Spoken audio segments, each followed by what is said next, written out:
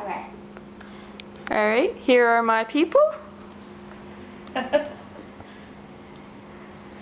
And we even have some dogs. Parker went to sleep. Alright.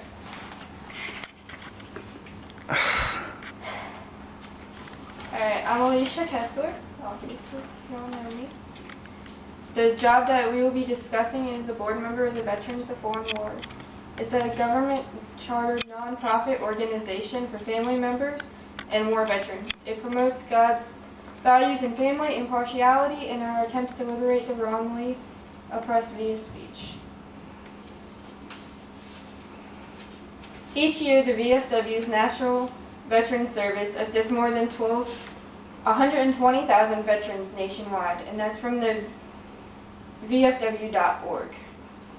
Here today are several people that are part or were part of the military or affiliated somehow. This includes being a parent, a spouse, or an active duty member. Currently, with the budget cuts, money of the military is being cut. People are being affected in many different ways. I've been affected myself by being in the overmanned career field, forced to retrain or get out. As a spouse or parent or a member, the stress that is put on you can be overwhelming at times. I'm here to inform you that there is an organization fighting for your rights as a military member, spouse, and loved one.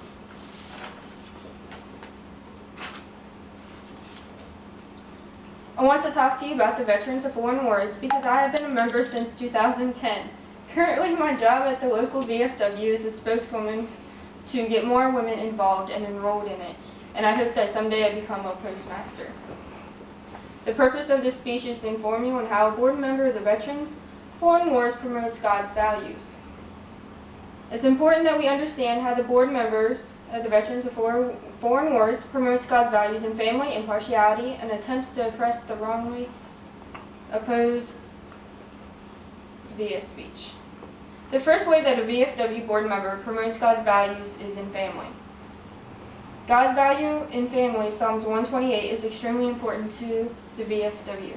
Psalms 128 says, Blessed is everyone who fears the Lord, who walks in his ways. You shall eat the fruit of the labor of your hands. You shall be blessed, and you shall be well with you. Your wife will be like fruitful vine within your house. Your children will be like olive shoots around your table. Behold, thus shall the man be blessed who fears the Lord. The Lord bless you from Zion. May you see the prosperity of Jerusalem all the day of your life. May you see your children's children. Peace be with you upon Israel. One way that the VFW meets this requirement is through unmet needs. Unmet needs is for deployments are a very difficult time for military families. Fact is, basic military pay doesn't always cover basic needs, mortgages, health care, groceries, and the list goes on. Unmet needs provides emergency grants to military families who need temporary help making ends meet. And I got that from VFW.org. Unmet Needs was first created in 2004, and like I said, it helps families with unexpected needs. It's usually a grant up to $2,500. A next way that they help with families is Operation Uplink.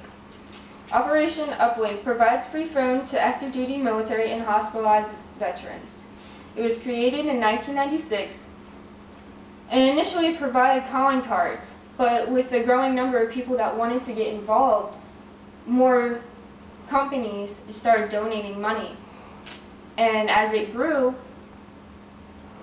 they decided to make free call days. So in 2006, on Mother's Day, they decided to first start this. It has 3 designated days each month for deployed people to call home. There have been 7.4 million connections since 2006.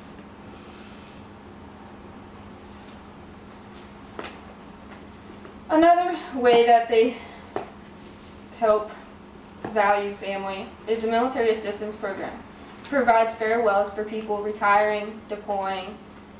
They provide welcome homes, celebrations, family readiness groups. to make sure that the families are all taken care of, which is one of the primary purposes. The VFW and the local military get together, and the VFW always sends out a representative to share what the VFW has offered towards the military members. Secondly, I will tell you about how a VFW member promotes God's value of impartiality. God's value of impartiality, Colossians 4:1, is also present in the VFW's board member. Colossians 4:1 says, "Masters, treat your bondservants justly and fairly, knowing that you also have a master in heaven." Since 1949, the VFW's annual legislative conference has provided an opportunity for VFW leaders from each state to personally lobby their respective lawmakers and watch as VFW's Commander-in-Chief testifies on Capitol Hill on behalf of all veterans before the House and Senate Veteran Affairs Committees. That's also from VFW.org.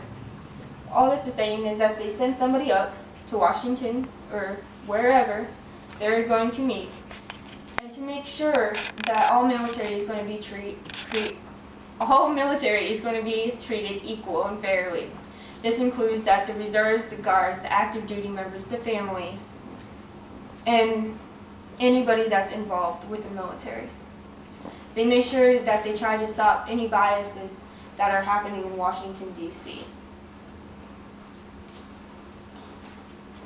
Wilson from the Journal of Leadership Studies says that leaders in the veterans-related nonprofit sector are simultaneously realistic and confident about facing the trends that are ahead of them.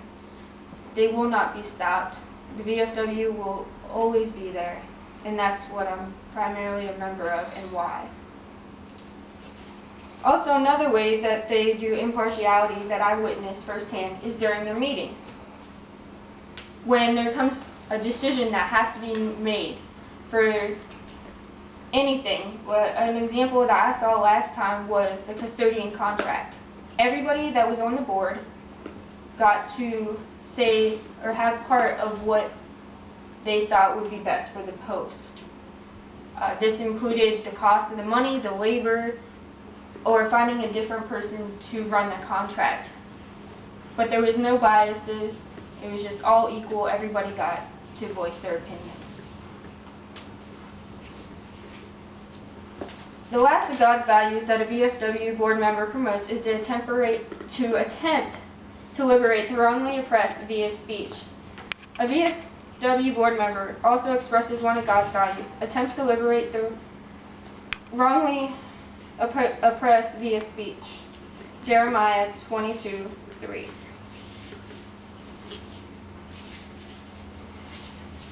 Jeremiah 22:3 says, "Thus says the Lord, do justice and righteousness, and deliver from the hand of the oppressor who has been robbed, and do no wrong or violence to the resident alien, the fatherless, and the widow, nor shed innocent blood in this place."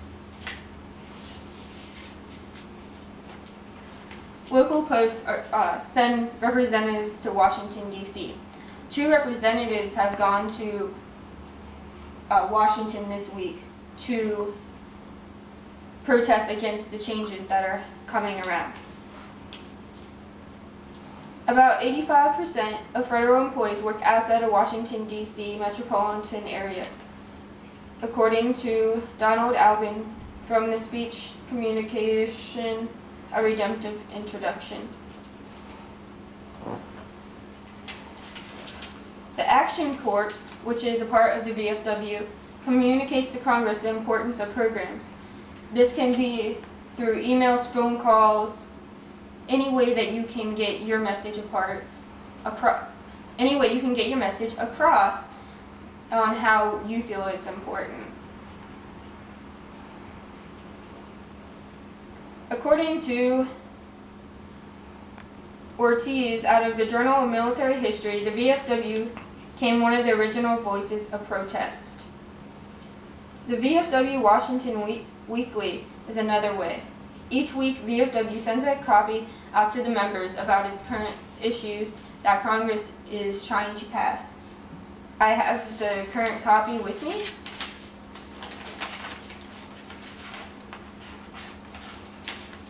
It is right here. Some of the issues is comprehensive veterans bill needs your help. About veterans' health and benefits. And I'll just pass this around. It allows people to know what Congress is trying to do, and if people want to feel that they need to express themselves. And that's what they want to make sure that people are liberated enough to oppress themselves. I have informed you of how a board member of the Veterans of Foreign Wars uses God's values. We have talked about the God values of family, God value of impartiality, and God's values attempting to liberate the wrongly oppressed via speech. Remember that people can be affected by veterans every day. You don't know who you might run into, who the family members might be. But always remember that there's someone out there that is looking after them or trying to help them. And that's what I was here to inform you about the VFW, the Veterans of Foreign Wars. Thank you.